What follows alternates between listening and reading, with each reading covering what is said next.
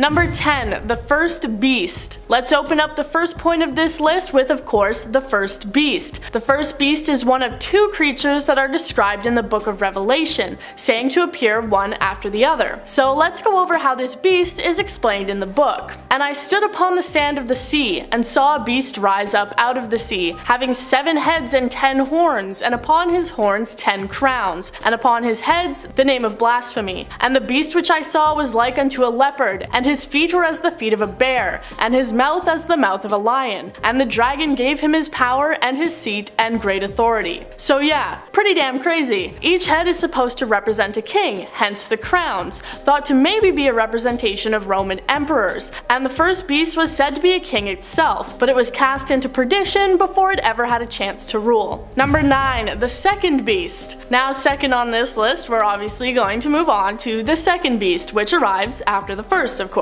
This one doesn't get a description as long and detailed as the first, but is described as follows. Then I saw another beast rising out of the earth. It had 2 horns like a lamb, and it spoke like a dragon. It's also said to have incredible powers, and it performed great signs, even causing fire to come down from heaven to the earth in full view of the people. It's most known, however, for its creation of the mark of the beast. This is a sign that is used to identify people who follow the beast of the sea, usually seen as the Antichrist. So the second beast would mark humans with this symbol and direct them to follow after the first beast, and for this it is also described as being the false prophet, the two said to have been sent by Satan to take control and deceive people. Number 8. Pit locusts. This next creature is not one single creature, but is instead a terrifying prediction for those of us who aren't fans of creepy crawlies. The Bible describes 10 different plagues, one of these being 5 months of torment caused by pit locusts. And here's how the Bible describes them. Then from the smoke came locusts on the earth, and they were given power like the power of scorpions of the earth. They were allowed to torment them for 5 months, but not to kill them, and their torment was like the torment of a scorpion when it stings someone. In appearance, the locusts were like horses prepared for battle. On their heads were what looked like crowns of gold. Their faces were like human faces. Definitely not something you would want to run into while out on a hike. The scariest part of this is that it's actually pretty likely to happen. In 2016, enough locusts to cover 270,000 square miles invaded Russia. Number 7. Cherubim. The cherub that you're probably imagining is likely a fat little baby spitting water into a fountain, but cherubs in the Bible were actually pretty different, being described as otherworldly beings with 4 faces that emerge from smoke and fire. Here's a snippet of how they are explained in Ezekiel. They had a human likeness, but each had 4 faces, and each of them had 4 wings. Their legs were straight, and the soles of their feet were like the sole of a calf's foot, and they sparkled like burnished bronze. Under their wings on their 4 sides they had human hands, and the 4 had their faces and their wings thus. Their wings touched one another. Each of them went straight forward without turning as they went. They appear in the Bible over 90 times and are said to be God's throne bearers and his attendants, representing God's spirit on earth and symbolizing his worship. Number 6. Behemoth. According to the book of Job, sometimes referred to as simply Job, the behemoth was God's first ever creation. Supposedly a giant creature with tremendous power, it's described as follows. Behold Behemoth, which I made as I made you. He eats grass like an ox. Behold his strength in his loins, and his power in the muscles of his belly. He makes his tail stiff like a cedar. The sinews of his thighs are knit together. His bones are tubes of bronze, his limbs like bars of iron. It is said to be a primeval monster of chaos being defeated by Yahweh at the beginning of the process of creation, and according to a later Jewish tradition, it was said that the behemoth would become food for the righteous at the end time. Some historians believe that the behemoth may have been an early exaggerated description of an elephant or hippopotamus. Number 5. Leviathan. No, it's not just a roller coaster at Canada's Wonderland. The Leviathan is a creature that goes hand in hand with the behemoth. The Leviathan Leviathan was a sea monster with multiple heads that was mainly featured in the Old Testament, and just like the behemoth is said to be a beast of chaos and is also said to be killed by God. One excerpt saying, "In that day the Lord will take his sharp, great, and mighty sword, and bring judgment on Leviathan the fleeing serpent, Leviathan the coiling serpent, and he will slay the dragon of the sea." The Leviathan is probably the beginning of many sea monster stories that would come about as humans started to take to the water and explore the oceans. Famous ones include Sir Humphrey Gilbert's description of a sea creature with the head of a lion, the legendary Kraken, and the one we all know, the Loch Ness Monster. Number 4. Giants. Giants aren't just found hiding up beanstalks, and they are described many times within the pages of the Bible. One of the most famous probably being Goliath, who is slain by David. Samuel saying,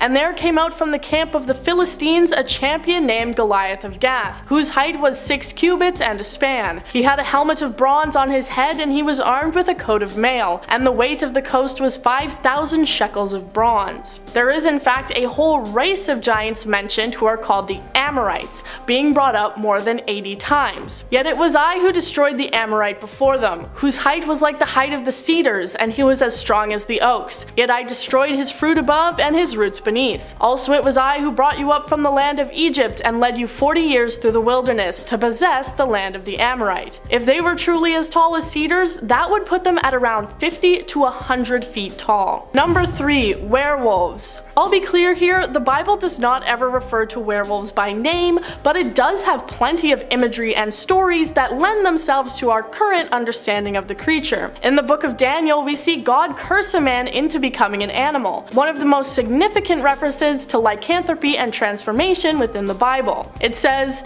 "You shall be driven from men, and your dwelling will be with the beasts of the field, and you will eat grass as oxen, and will be wet with the dew of heaven. And 7 years will pass over you, till you know that the Most High rules the kingdom of men, and gives it to whoever he will." Werewolves have also been mentioned in times coming even before Christianity. This excerpt comes from a book written in the year 440 BCE. It may be that these people are wizards, for the Scythians and the Greeks settled in Scythia say that once a year every one of the Nuri becomes a wolf for a few days and changes back again to his former shape. Those who tell this tale do not convince me, but they tell it nonetheless and swear to its truth. Number 2. Daniel's 4 beasts. This next one is not one beast, but actually 4. In the book of Daniel, the prophet has a vision of 4 different beasts representing 4 empires. They all emerge from the sea, wreaking terror and destruction. But like many of the creatures before them, they die during their time on earth. They are described as follows. "And 4 great beasts came up out of the sea, different from one another. The first was like a lion and had eagle's wings. Then as I looked, its wings were plucked off, and it was lifted up from the ground and made to stand on 2 feet like a man, and the mind of a man was given to it. And behold, another beast, a second one like a bear.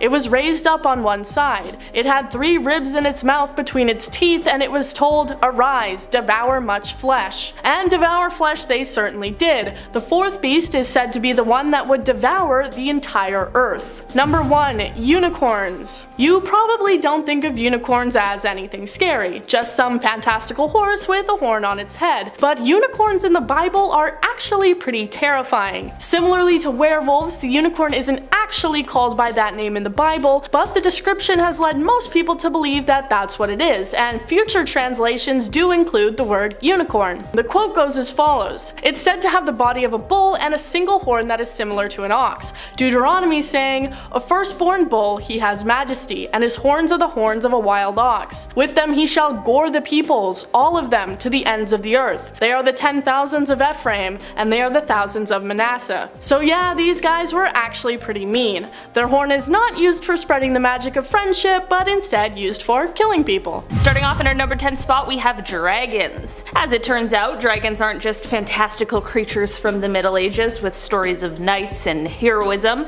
and they aren't just adorable, rideable friends from modern movies. They're in the Bible too. But they definitely weren't friends. This dragon was actually the devil himself.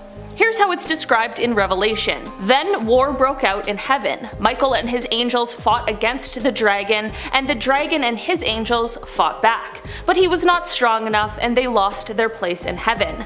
The great dragon was hurled down, that ancient serpent called the devil, or Satan, who leads the world astray.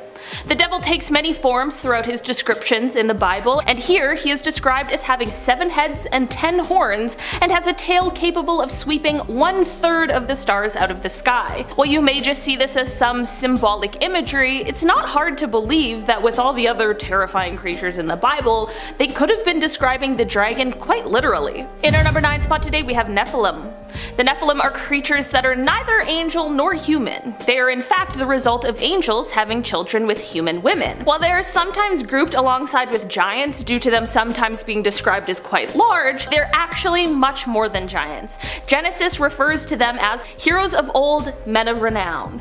People find Nephilim fascinating due to the fact that they can be found in many different cultures and mythologies across the world. Ever heard of Percy Jackson? Pretty similar concept, right? The children of gods and humans. Most of the Nephilim ended up being wiped out in the flood, and any remaining were wiped out in the following wars. There is also apparently a reason that there have been no recent sightings of Nephilim or similar creatures beyond the fact that you may believe they never existed. God decided that any of his creatures who mated with a human would be, quote, bound in everlasting chains. In our number 8 spot today we have vampires. Turns out that these blood-sucking beasts aren't just from Twilight, and they definitely aren't as hot as Robert Pattinson or sparkle in the sunlight either. Vampires actually appear in the Bible at least 50 times. Here's one way that they're mentioned, quote, "There are those whose teeth are swords, whose fangs are knives, to devour the poor from off of the earth, the needy from among mankind." While some people say that it's obviously just some colorful imagery and not actually vampires, there are many theologists who believe the link between the devil, drinking blood, and sinning is pretty clear. While the word vampire is never explicitly used in the Bible, the term vampire itself didn't actually appear until around the 15th century. Also, stories of blood-sucking creatures goes all the way back to ancient Egypt, so it's definitely possible that vampires were around, they just didn't know what to call them yet. In our number 7 spot today we have the 200 million horsemen. What's worse than 4 horsemen? 200 million horsemen, of course. But instead of representing the apocalypse, I'd argue that these ponies are just a little bit creepier. Appearing in the book of Revelation, here's how they are described. The horses have the head of lions, and they are spitting smoke, fire, and brimstone from their mouths. They also have the tail of serpents. It's not just the horses that are bad, the riders are said to claim 1/3 of all humans' lives on Earth, and the army is led by 4 fallen angels. Definitely not an army that any military would even attempt to take out. Even if someone did want to fight them, it is said that they're invisible to, quote, unbelievers, so some of us may have a pretty hard time winning that fight. Also, for the population at the time, if they wanted to kill 1/3 of human lives, each horseman only needed to kill about 7 people, which doesn't seem that difficult. In our number 6 spot today we have Woman on a Beast. The Woman and the Beast, also known as the Scarlet Women, and a much more rude name that I probably can't say here, is mentioned in the book of Revelation. She is of course a woman who is riding on a scarlet colored beast with 7 heads and 10 horns on her forehead. It says, quote, "Babylon the Great, mother of earth's abominations." The beast seems to represent the devil, as it said its number is 666, and it is given the power of the dragon which previously represented him. As such, the woman is seen as a false prophet and a large representation of immorality. Many people choose to follow and worship the beast as they believe it is stronger and more powerful than any other creature, and all those who do receive the mark of the beast. Eventually the two are both caught and they are thrown into a river of fire and sulfur. In our number 5 spot today we have Daniel's angel. Physical descriptions of angels aren't often seen within the Bible, but when they do show up they're actually pretty scary, and you definitely probably wouldn't want to meet one in real life. In the book of Daniel's going through a pretty rough time, going through a period of time where he didn't bathe, drink wine, or eat any good food. Hey, I've been there, Daniel, don't worry about it. But then an angel appears to him. Never happened to me. Quote, "I looked up and there before me was a man dressed in linen with a belt of fine gold from Uphaz around his waist. His body was like topaz, his face like lightning, his eyes like flaming torches, his arms and legs like the gleam of burnished bronze, and his voice like the sound of a multitude." So let's break that down. Basically, this angel had a crystal body, an electric face, shot fire out of his eyes, and spoke with the voice of an entire crowd. Sounds pretty terrifying to me, but hey, be not afraid. right? In our number 4 spot today we have Ophanim. While we're on the topic, let's take a look at some more terrifying angels. I really don't know why we couldn't have just stuck with beautiful winged people. To each their own, I guess. These guys are said to be the second highest and most holy of the 10 orders of angels, and their bonkers physical description is one you've probably seen depicted before. Here's what Ezekiel has to say. "And then I saw 4 wheels beside the cherubim, one beside each cherub. The wheels radiating were sparkling like diamonds in the sun. All 4 wheels looked alike, each like a wheel within a wheel. When they moved, they went in any of the 4 directions, but in a perfectly straight line. Where the cherubim went, the wheels went straight ahead. The cherubim were full of eyes in their backs, hands, and wings. The wheels likewise were full of eyes. I heard the wheels called wheels within wheels." So yeah, they're basically giant spheres of wheels covered in eyes. Pretty creepy if you ask me. In our number 3 spot today we have the Seraphim.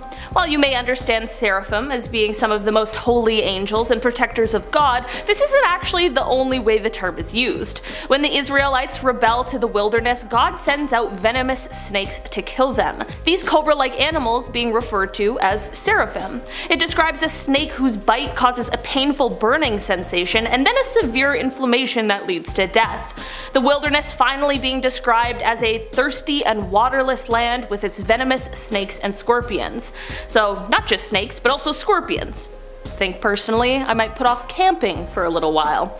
There are also a couple of times where seraphim are referred to as being demonic in nature, likely due to their association with what happened in the wilderness. In our number 2 spot today we have Cockatrice. Cockatrices within the Bible are often described as being half rooster and half snake, and it is sometimes used interchangeably with the creature known as the basilisk, saying that a cockatrice can only be killed if made to look at its own reflection. They apparently live in a hole in the ground and are incredibly poisonous. One bite from them could be enough to kill you. It is also said that they, quote, possess the most deadly powers, plants withering at its touch, and men and animals dying poisoned by its look. Which does start to sound pretty familiar if you compare it to Harry Potter's depiction of a basilisk. It is described as a fiery flying serpent, and if you already didn't like snakes, just wait until you see a flying snake covered in fire. No thank you. In our number 1 spot today we have Donkey. Oh my gosh, this one is not exactly terrifying, but it is an honorable mention. This is not just a regular donkey, but a talking donkey. I feel like I'm in Shrek. In the stories, a prophet named Balaam was told to curse God's people, being given gifts to try and accomplish this. But God tells him not to, but he's pretty excited over all of these riches he's being promised if he does do it. So he disobeys God, riding out on a donkey. The donkey is stopped in the road when he sees an angel, and Balaam tries to hit him, trying to get him to move. God then gives the donkey the power to speak, but instead of making waffles, the donkey is pretty mad about being hit. He says, "Am I not thine ass?" Which you gotta admit is pretty funny, or maybe I just have a childish sense of humor. Starting off in our number 10 spot we have the 4 horsemen of the apocalypse. These 4 entities are described as part of the prophecy by John in the book of Revelations. Many people take their story to mean that these horsemen are those who will bring the apocalypse and that they will be the harbingers of the last judgment. It is said that pestilence or plague will ride in on a white horse, war on a red horse, famine on a black horse, and death on a pale horse. The story in the Bible speaks of how a quarter of the Earth's population would be killed by a combination of all of the horsemen. All in all, while these horsemen definitely have creepy descriptions, nothing is as creepy as the thought of them bringing the apocalypse with them. In our number 9 spot today we have Gabriel. So in many of the texts, angels are like the messengers of God, but they also have their own powers and abilities that they can use as they see fit. In one particular story, Archangel Gabriel is sent to announce the birth of John the Baptist to Zechariah, but when Gabriel does this, he gets a less than enthusiastic response from Zechariah. In fact, this response was one of protest, and Gabriel simply did not like that. He said, quote, "I am Gabriel, I stand in the presence of God, and I have been sent to speak to you and to bring you this good news. But now, because you did not believe my words, you will become mute, unable to speak until the day these things occur." Yeah, he just made the guy unable to speak for the next little bit until the time came that the baby arrived. Gabriel really wasn't messing around on this one. In our number 8 spot today we we have the Watchers. Honestly, Taylor and I just watched a horror movie the other night that was called Watcher, and it was really good but really creepy, but today we are not talking about a wild thriller experience, and instead we are talking about the Watchers that are angels described in the book of Daniel. Basically, the Watchers were sent down to Earth to watch over humans, which, like, how cute is that? There are some who are good and did what they were supposed to do, but the text mainly focuses on the rebellious ones. These troublemakers got distracted and subsequently fell in love with women. They then procreated with them, but this created an offspring of giants who are said to have been wreaking havoc on the world after this. Not only pillaging the earth, but also they apparently started eating people, so just bad all around. This is exactly why the Watchers made it onto the naughty list when it comes to the angel hierarchy. In our number 7 spot today we have Beelzebub. This fallen angel is described in the Testament of Solomon. He is said to be one of the angels that followed Beelzebub upon his fall from heaven. He is the sin of pride and is known for his ability to lead people astray. He is most easily summoned in the month of July during the 5th hour of the night, and after his fall from grace he was left with only one red wing and was condemned to hell. Beelzebub is said to have control over the imprisoned souls of the underworld, and he plays a primary role in the demon world. He himself claims that he was once an angel in what is referred to as the first heaven, and after his fall he began to roam Egypt. It is said that he was caught in the collapsing of the Red Sea, which left him crushed and subsequently imprisoned in a pillar of water, but despite this seal, Beelzebub claimed that, quote, when he is ready, then he will come in triumph. In our number 6 spot today we have Uriel. So remember how I talked about the Watchers coming down and then they procreated with humans and thus the giants were born? Well, of course, people didn't like this at the time, and Archangel Uriel was one of the most strongly opposed to this entire ordeal. This led him to speak up about his thoughts and feelings regarding the whole thing, and it also caused for him to come up with quite a gruesome solution. The text says, quote, here shall stand the angels who have connected themselves with women, and their spirits assuming many different forms are defiling mankind, and shall lead them astray into sacrificing to demons as God. Here shall they stand till the day of the great judgment, in which they shall be judged till they are made an end of. And the women also of the angels who went astray shall become sirens. Basically, Uriel flooded the earth in order to get rid of the giants and, quote, cleanse the earth, and he sent all of the women who had these giant babies to be sirens. So maybe not the darkest thing on this list, but certainly not the most kind thing I've ever heard in my life. In our number 5 spot today we have Lucifer. Lucifer was an angel before he fell from grace. In the book of Isaiah it says, quote, how art thou fallen from heaven, O Lucifer, son of the morning? How art thou cut down to the ground, which didst weaken the nations? Lucifer is now the ruler of hell, and he commands an entire army of sinners and demons, and he even tried to organize an uprising against God, so I think it's pretty clear exactly why he's a terrifying entity. He also uses his power to send terrible people to Earth in order to terrorize everyone, as well as to try and tempt non-sinners into the dark side. It is said that Lucifer also might just be the one who is responsible for the original sins that were seen in the Garden of Eden. Some believe that he is the snake who placed the temptation there. In our number 4 spot today we have Belial. Belial is one of the crowned princes of hell, but he is also known as hell's brightest fire, evil's match, and the king of evil, and he is the personification of wickedness in the Jewish faith. He is mighty and powerful, and this is likely due to the fact that he was created right after Lucifer, which is of course part of the reason why Belial belongs to his order. Belial was once an angel, but after his fall from grace he became a demon of lies and guilt, and he possesses the ability to induce any type of sin, but his favorite is the sin of lust. Belial is so evil that it's said he started a civil war in hell. While still an angel, just before his fall in the War of Heaven, Belial slayed numerous angels, and as a demon, just in general, he would slay huge demonic armies that attempted to make any moves against him or any of the other 7 great kings. In our number 3 spot today we have Asbiel. Asbiel had to be included on this list today, if for any reason, because his name literally means God forsaken or God deserter. Asbiel appears in the book of Enoch and is the angel of ruin and one of the fallen angels from the Gregory. After leaving the angelic post and straying from the angelic duties, Asbiel dedicated his life to leading humanity astray. Asbiel completely abandoned God and his grace and wishes nothing from him. Asbiel believes that God is basically just another common celestial celestial who has hoarded all of his power at the expense of the rest of creation. During and after his fall, Asbiel questioned why God wouldn't just completely remove any evil and malice in the hearts of his creations,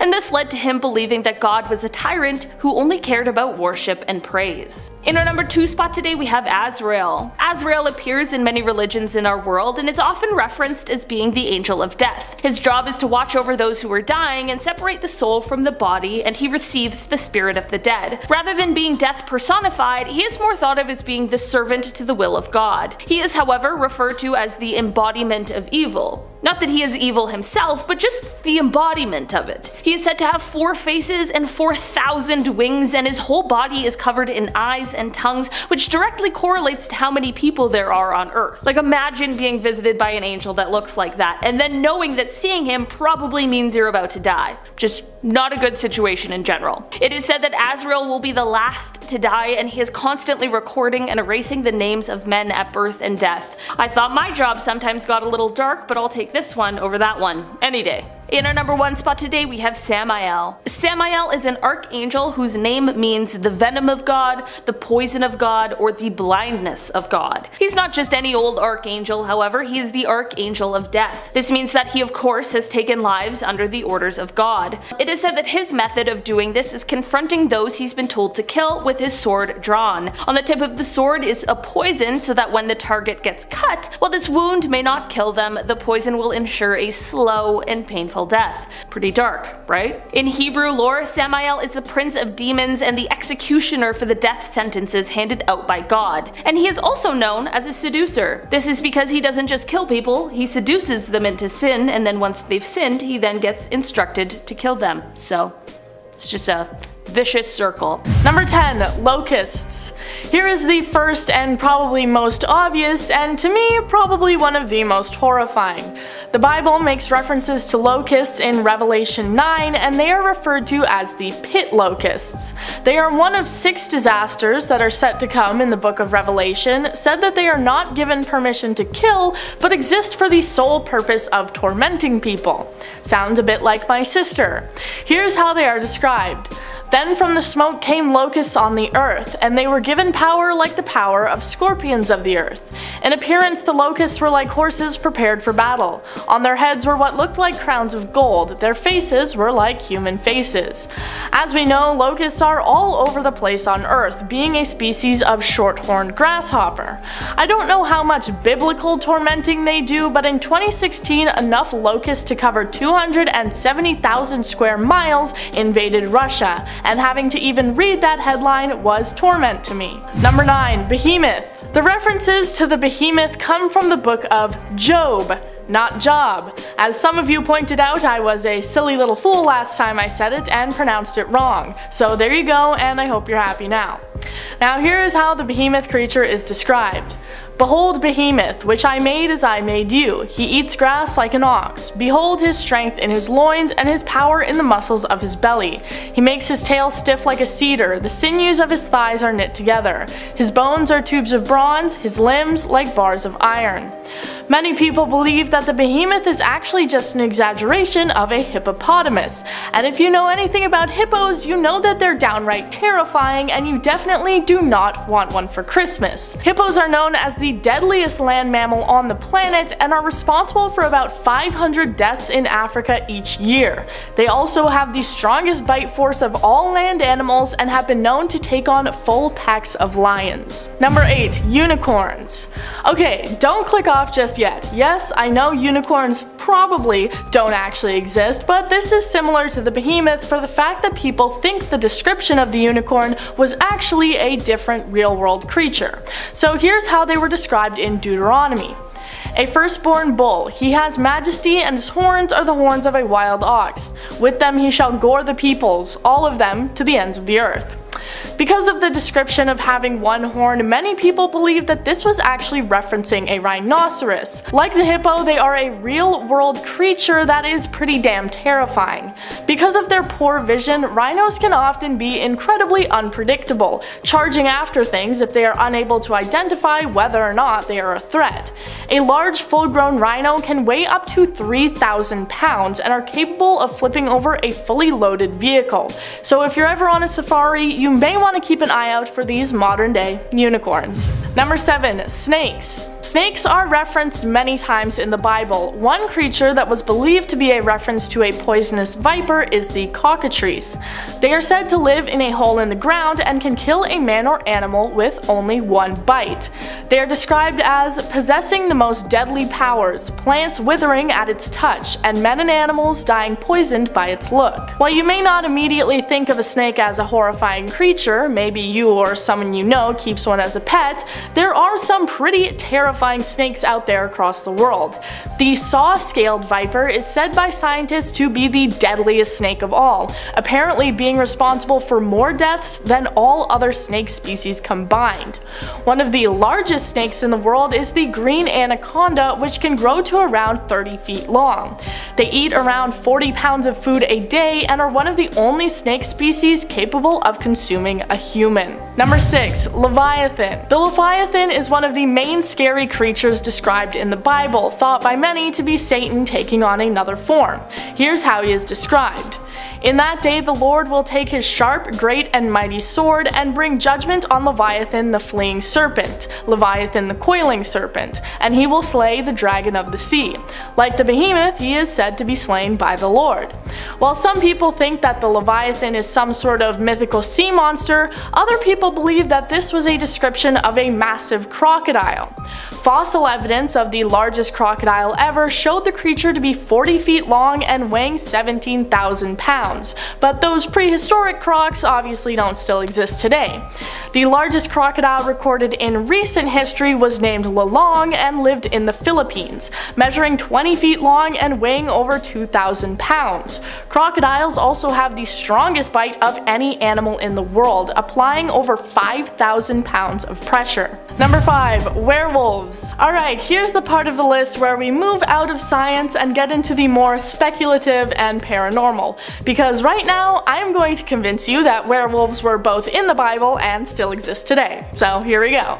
In the book of Daniel, we see God cursing a man into becoming an animal, sending him to live with the beasts in the field until he learns his lesson. Werewolves have also been mentioned in other texts before the beginning of Christianity, the past nation of Scythia believing that there were people who turned into wolves at every full moon. Okay, now let me get into this bizarre and wacky conspiracy theory that I just love. Werewolves exist today because the royal family are werewolves. The next 4 people in line for the throne were all born under a full or new moon, and their royal blood is actually werewolf blood. Queen Elizabeth herself is not a werewolf, but is a werewolf of them and doesn't want Charles to take the throne and start a new era of werewolf domination, and that's why she's hanging on for so long. If you don't believe me, I don't care. Number 4. Dinosaurs. Okay, no, dinosaurs do not still exist today, unless you count birds, but I think we are close enough to a real-world Jurassic Park that I can put this on the list. Again, if you have any complaints about this, take it to the complaints department down below and I will ignore it and scroll past. In the book of Job, God is speaking of real creatures when he describes an enormous creature that has a tail that sways like a cedar, is not alarmed by raging waters, and its limbs are like rods of iron. Probably the behemoth, and many people believe that the behemoth could have also been a dinosaur known as the Brontosaurus, one of the main dinosaurs you can see featured in Jurassic Park. It is also described as ranking first among God's creations, and since the dinos were here long before us, it would make sense that a dino is what this passage is in reference to. And while Brontosauruses were herbivores and overall not that threatening to human life, dinosaurs were still massive and are pretty terrifying to look at, even just in museums. Number 3. Aliens. Alright, we finally made it to my obligatory aliens are totally real entry. And you're probably wondering, I don't remember aliens being in the Bible. Well, they were, and no, I am not crazy. Yet. One species that is mentioned in the Bible is the Nephilim, born from angels mating with human women. God was not a huge fan of this and wiped them out in a flood and subsequent wars. The Nephilim are sometimes described as falling from the sky, and it's led to some, totally sane, people believing that the Nephilim were actually descriptions of aliens. There is tons of believable evidence out there surrounding the existence of aliens, especially coming from the release of the Pentagon's UAV reports. If you haven't seen my other video on that, then you should go watch it because I honestly really enjoyed making it. I also don't think you need government evidence to believe that aliens are out there. The universe is infinite, and you just have to believe that there is at least one other planet out there capable of sustaining life forms. It just makes sense. I am not crazy. Aliens are real. Number 2, vampires. Now you are going to think I'm totally crazy because I'm now going to tell you that not just aliens and werewolves were in the Bible, but yes, vampires as well. One of the main references to what people believe to be a description of vampires is this passage.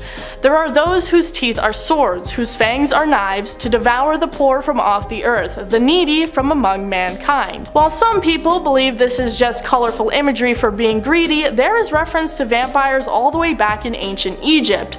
So while they don't use the word vampire, it's just because they didn't have that word yet. Now let me tell you why vampires definitely exist and are out there right now. The royal family has vampires. Yes, Prince Charles is apparently not just an evil werewolf overlord, but also a vampire. Prince Charles has a fascination with Transylvania, and while promoting a television show in 2011, he revealed that he is actually related to Vlad the Impaler, the inspiration for Dracula. So yes, vampires are real, and they are in the royal family, that is a fact. Number 1, demons. Alright, now here's one that some of you are more likely to believe. Obviously, alongside angels, demons are a huge presence within the Bible. They are usually said to be fallen angels that can usually be found hanging out in hell with their good pal Satan. Many people believe that these demons are real and they can be found interfering with human life. If you've watched any other video on this channel, then you know that there are plenty of stories and real life accounts from real people who believe that they have had run-ins with demons or even conversed with the devil himself. There are people who have stories of using Ouija boards and communing with evil spirits, purposefully making a deal with the devil, criminals who claim to have been possessed by demons when they committed their crimes, and the countless exorcisms that have taken place throughout history. Seems like plenty of evidence that these rude dudes are pretty real. Number 10.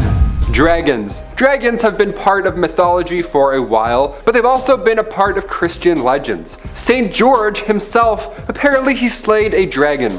I can't even paintball and this man took down a biblical dragon. Revelation 22, it reads, "And he seized the dragon, that ancient serpent who is the devil and Satan, and bound him for 1,000 years. 1,000 years? I feel like we needed more time than 1,000 years. I don't know. What year is it again? We're due for a couple of dragons. Sleep in fear. Number 9, the second beast. Yeah, I know. I'll get to the first one later. You know how we do it here on YouTube. You won't believe number 4. Know what I mean? Revelation 13:11. Then I saw another beast rising out of the earth. It had 2 horns like a lamb, and it spoke like a dragon, causing fire to come down from heaven to the earth in full view of the people. So there were a lot of witnesses. I'm sure that was quite jarring for every party involved. Also, it causes everybody, both small and great, rich and poor alike, you'll be marked by this demon. You'll be marked on your right hand or your forehead so that no one can buy or sell from you unless, they get rid of that mark. That's the name of the beast, or the number of its name. Revelation 13:16. Number 8, giants. Mentioned in Samuel 17:158. And there came out from the camp a champion named Goliath of Gath, whose height was 6 cubits at a span. I'm 6'2", I don't know what that means, but that's pretty tall. He had a helmet of bronze on his head, and he was armed with a coat of mail, and the weight of the coat was 5,000 shekels of bronze. Spoiler alert, Goliath fell to David, but there's a race of giants called the Amorites, and, well, they stepped in a bit. They're actually mentioned more than 80 times in the Bible. One description mentioned in Amos 2:9-10 paints quite the picture. Yet it was I who destroyed the Amorite before them, whose height was the height of the cedars, and he was as strong as the oaks. Yet I destroyed his fruit above and his roots beneath. Also it was I who brought you up from the land of Egypt, and led you 40 years through the wilderness to possess the land of the Amorite. That is quite the description. If somebody were to describe me, they'd be like, ah yes, Taylor, the height of that bush, and the strength also of that bush. Number 7. 4 beasts of Daniel. 4 beasts, that's a lot of beasts. It's like a foreign one here. The first was like a lion and it had eagle wings. Quote, that as I watched, its wings were plucked off and I was lifted up from the ground and made to stand on 2 feet like a human being. And a human mind was then given to it. Daniel 7:4. Yep, that sounds like a pretty intimidating thing to see. These entities are described as a lion with eagle wings, and there's also a bear, there's also a leopard, and this 4th beast that's still a complete mystery. So there you go, fill in the blanks yourself. The bear has 3 ribs in its mouth also, between its teeth. It's very scary to look at. The leopard also has wings as well as 4 heads. So it's like 8 beasts in total. It's like 8, we got like 13 now. How many heads are we counting here? Heads or bodies? Like how are we counting them? The mysterious 4th beast is apparently full of horns, and it's got iron teeth and 10 horns protruding out from it. So it's full of horns and it's got more horns. All the horns. The beast symbolizes the great 4 kingdoms, but the ribs and the teeth thing, that's gonna be in my head rent free. That's really scary. Number 6, the Nephilim. The Nephilim are demigods. They were described, of course, as being gigantic in size, and in Genesis 6:1-4, they're mentioned as such. When people began to multiply on the face of the ground, and daughters were born to them, the sons of God saw that they were fair, and they took wives for themselves of all that they had chose. Then the Lord said, my spirit shall not abide in immortals forever, for they are flesh. Their days shall be 120 years. Again, awfully high, maybe 80s, that's okay with me. 120, I don't want to limp to my death. The Nephilim were on the earth in those days, and also afterwards, when the sons of God went into the daughters of humans, who bore children to them. So these sons of God, these fallen ones, many believe are not the greatest. They're fallen sons like Lucifer, that kind of thing, you know what I mean? Number 1333, there's a passage that says, and there we saw the Nephilim, and we seemed to ourselves like grasshoppers, and so we seemed to them. Yeah, giants, we're grasshoppers, with Lucifer in the picture, no thanks. I've never felt smaller, if I'm being honest, or scared. Number 5, the Leviathan. Isaiah 27:1, quote, in that day the Lord will punish Leviathan the fleeing serpent with his fierce and great and mighty sword, even Leviathan the twisted serpent, and he will kill the dragon who lives in the sea.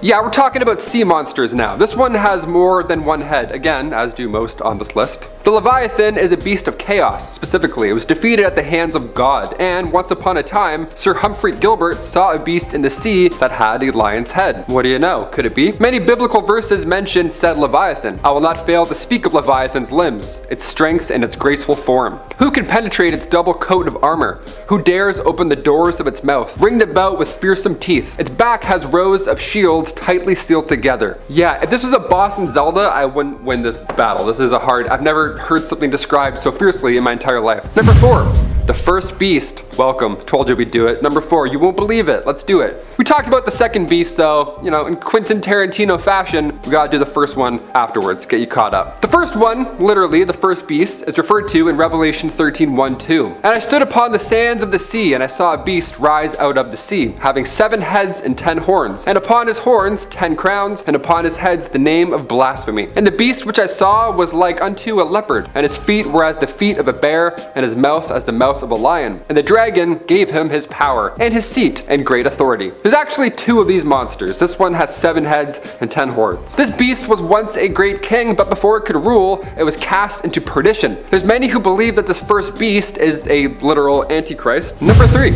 vampires. Remember when Edward said to Bella in the woods, say it. And then she's like, vampire. That and Robin Williams' Jack, both really emotional on the soul. Well, it turns out vampires were real. Vampires were mentioned in around 50 verses from the Bible. Now, of course, this is an ongoing argument because, well, obviously we want to know if they're real, but the verse goes as such. There are those whose teeth are swords, whose fangs are knives, and they're to devour the poor from the earth, the needy from among mankind. Now, many believe, of course, it's not actual capes floating and turning into a bat vampire, and rather just the wealth of the people that's being devoured, you know. But I don't know, sea monsters, locusts, multiple heads with multiple horns, I don't know. It sounds like vampires would be the least of our concerns. Number 2, plagues. We grew up studying medieval plagues, but did we ever imagine that we'd live through one like we did the past few years? Who could have predicted any of that? Why, the Bible. Of course, it was there all along. That's why we're here, right? Does it hold any clues to our impending doom? Has it been right before? Revelation 6 and Matthew 24 both foresee this pandemic hitting before the return of one Jesus Christ. So, I don't know. Maybe there's a silver lining. And he's got an excellent beard. He's due to arrive any minute now. And finally, number 1. locusts. We saw these in 2016, just floating about. God, that was terrifying. This is Revelation 9:3-10. The Bible is home to some strange events, otherwise, terrifying. And then from the smoke came locusts on the earth, and they were given power like the power of scorpions of the earth. They were allowed to torment them for 5 months, but not to kill them. And their torment was like the torment of a scorpion when it stings someone. In appearance, the locusts were like horses prepared for battle. On their heads were what looked like crowns of gold, and their faces were like human faces. Well, that's terrifying. That's a scary, scary passage. I'm not coming for your beliefs in any way, shape, or form in this entire video, but that is jarring to imagine. Don't sin, or you'll get locusts with human faces sent to fly your way. Awesome. Among the 10 plagues in the Bible, this one sounds like it's perhaps the worst because, well, I don't like bugs. 5 months of torment caused by pit locusts. This could happen. I'm not trying to alarm anybody, but back in 2016, locusts covered over 270,000 square miles in Russia. Just out of nowhere, just hundreds of thousands of locusts. Now, none of them had human faces, but it still sucked nonetheless. Coming in at number 10 is Leek. Leek is a demon entity which takes human shape during the day and has an unusually long tongue and fangs. But at night, their head and entrails break loose from their body and fly, searching out pregnant or newly birthed women in order to suck out their baby's blood. When human, they practice black magic and have a taste for human flesh. Their queen is a widow witch named Ragna. They can command other demons, and Leek statues, which are of a head with a very long tongue and sharp fangs, are sometimes hung on a wall for house decoration. Now, sometimes certain illnesses or deaths are attributed to leeks, and due to this, a healer will conduct a seance to identify with witchcraft who is responsible for the death. Now, during the seance, the spirit of the dead will directly or indirectly point to their attacker. However, vengeance by the victim's relatives or family is usually counseled against, and people are advised to leave any action to the spirits themselves. Number 9. Furfur. Furfur, also known as Furcifer, is a demon who is said to be the Count of Hell, leading 26 legions. He speaks in a hoarse voice, has a fiery tail, and usually appears as a stag. He's said to be able to make men and women fall in love, and has also command over great storms. He gives true answers to all things past, present, and future, but he first must be commanded to enter a magic triangle, for if not, he will lie, deceive the conjurer, and enchant him in other business. But if he enters the triangle, he will answer truly and gladly speak about divinity, the creation of the world, himself, and other fallen angels. He can also destroy all the conjurer's enemies by burning them up. If the magician requests it, he will not suffer temptations from any spirit in any form. He can also supposedly be called upon when a mortal wishes to take vengeance on other demons. This is likely included in his capability to destroy the conjurer's enemies. Number 8.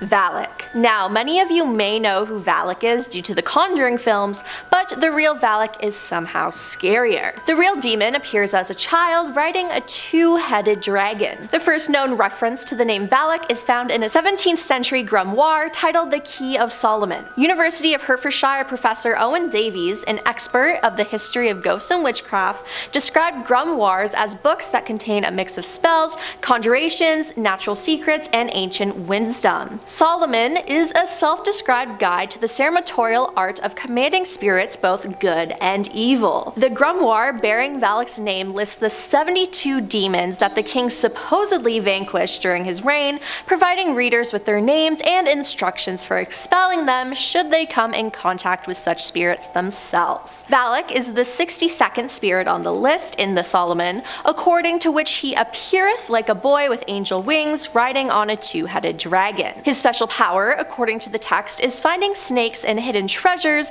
while leading an army of 30 demons. The Bible itself contains no reference to Solomon's 72 demons, but it was actually listed in the Vatican's list of prohibited books, which the church continuously updated until scraping it all together in 1966. Number 7. Ayla. Ayla is a female demon from Eastern Europe who, like many demons, seems to be derived from a belief in nature and weather spirits that could cause disaster and disease. Ayla was believed to reside in clouds, lakes, in springs, remote mountains, caves, or in large trees. When she visited humankind, she could take many forms. Ayla can manifest as a vast black wind, a female dragon, a large-mouthed human, or a raven. She could even possess people. Her primary characteristic is her all-consuming greed. If angered, this demon could manifest violent, thunderous hailstorms to destroy fields, vineyards, and orchards. However, it was equally likely that she would satisfy her enormous appetite by devouring the produce herself. When not over-consuming stolen food,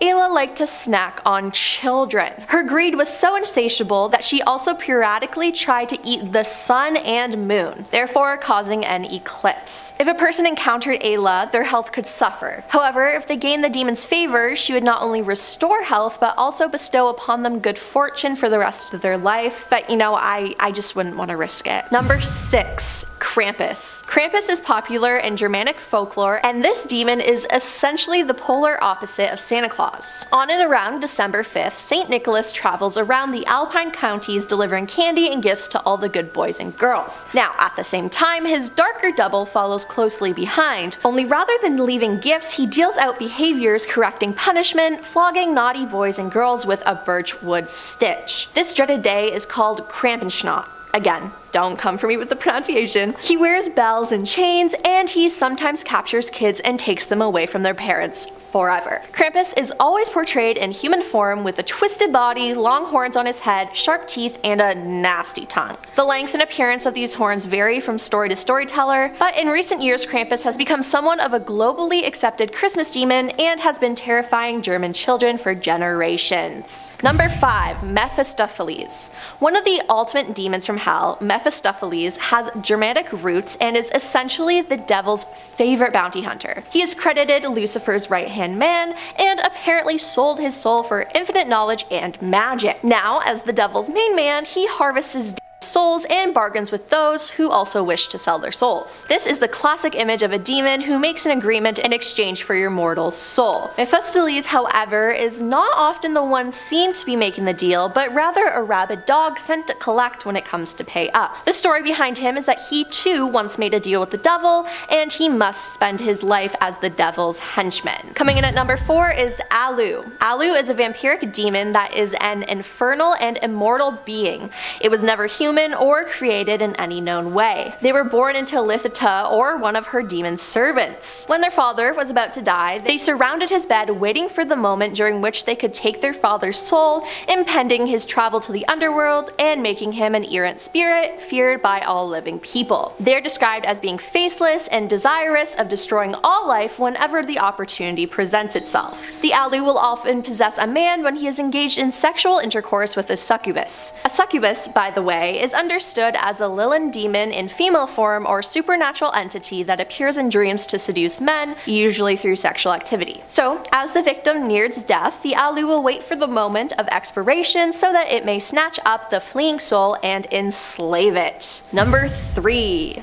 Lilith. Lilith is a female demon of Jewish folklore. Some texts claim that Lilith was the first wife of the Bible's Adam and was created on par with him. However, Adam disliked her lack of subservience, so she abandoned him. Then God made an obedient wife, Eve. Now, consumed by jealousy, Lilith turned into a snake and tempted Eve with the forbidden apple. After the couple was banished from the Garden of Eden, Lilith transformed into a demoness, vowing her revenge on all men. Lilith is mentioned in passing in the Bible, but it doesn't go into detail like all of this. Now, due to her bitterness and subsequent inability to bear children, Lilith was also known to threaten women in childbirth. She could only be thwarted by an amulet inscribed with the names of 3 angels, which was placed around a newborn baby's neck. She made an agreement with these angels not to hurt any children, and when she sees the names, she remembers her oath and leaves the children alone. Well, it's nice that she sticks to it. Number 2. Manananggal. The Manananggal is a dark-hearted demon and arguably one of the most gruesome types of demons. Its name means to separate, which is precisely what it does. This female demon turns into a terrifying winged vampire-like creature. However, as their wings sprout, their legs separate from their bodies. Their upper halves fly around, entrails dangling beneath them, surely showering people with gore as they go. Now, this particular demon is rooted in Filipino folklore. The Manananggal preys on a range of targets, including pregnant women. Their probing tongue penetrates the woman's pregnant belly and sucks out their unborn child's heart. If that isn't dark, then and I honestly don't know what is. It's also said that they prey upon newlyweds and couples in love. It would seem that love is the fuel that drives this demon onwards. The legend behind it claims that the original Manigal was abandoned at the altar, explaining why they also desire to feast on the flesh of grooms-to-be. And coming in at number 1 is Rakshasa. Rakshasa is a class of male and female shape-shifting demons. They can appear as animals, as monsters, or in the case of the female demons, a beautiful woman. They are most powerful in the evening, particularly during the dark period of the new moon, but they are dispelled by the rising sun. Their specialty is disturbing sacrifices, discrediting graves, harassing priests, and possessing human beings. Their fingernails are venomous, and they feed on human flesh and spoiled food. They were shown as being mean, growling beasts, and as insatiable man-eaters that can smell the scent of human flesh. Some of the more ferocious ones were shown with flaming red eyes and hair, drinking blood with their cupped hands or from human skulls. Generally, they could fly, vanish, and had Maya, magical powers of illusion, which enabled them to change size at will and assume the form of any creature. I don't know about you, but that sounds terrifying. At number 10 we have Belphegor. If you ever felt lazy, like you just want to roll around on the ground instead of working, if so, you should probably talk to someone about that and not blame an evil demon called Belphegor. But this dude is one of the main henchmen of the evil sin Sloth. You know Sloth, just laying around all day, watching the worst commercials in between episodes of Maury and Judge Judy. Trash TV really is the best. Sloth will send this dude out to make sure you never get up from the couch and become a blob that should be cranked out of their home on some sort of crane or something like that. Also, something Belphegor will do will tempt you with getting rich. The temptation of money with no work. Oh my god, this guy invented the original pyramid scheme. Like all those ads you see where guys like, you want to make money? You want to make $10,000, $50,000, $100,000 all right from home? This guy did the first one of those.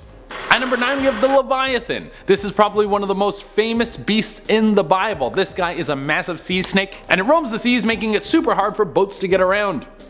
It can swallow them up in just one bite. Sorry, those headphones you ordered from China, they aren't gonna make it because some big old water snake ate them and now you're gonna have to listen to music on the subway from the speakers like some sort of psychopath. Side note, when we see people doing that on the subway, we should just all blast music from our phones at them so it drowns out that annoying person. Jesus, who does that? What kind of weirdo does those things? Anyways, back to the monster. It's said that it has multiple heads, skin so thick that no weapon can pierce it, and a heart made of a material harder than stone. It's safe to say that this thing is hard to kill. Some saints have said that the Leviathan is a demon attached to the deadly sin envy. I don't know what this creature has to be envious about. Maybe deep down inside he just wants to be a dude that just has 2 legs and walks around. He's like Little Mermaid syndrome. At number 8 we have Nephilim. Now there are 2 popular interpretations of these demons and I'm going to give you both of them and then you can fight in the comments over which one is right so I can get a little entertainment. Now one of the translations of Nephilim is fall, suggesting that it can mean fallen angels for those who made it up to heaven or who God created and then they fell to earth because they were being bad, which I didn't even know was a thing. I thought once you made it to heaven you were scot-free. Like you have to keep being good once you're there. When do you get to start being bad? This is such a raw deal.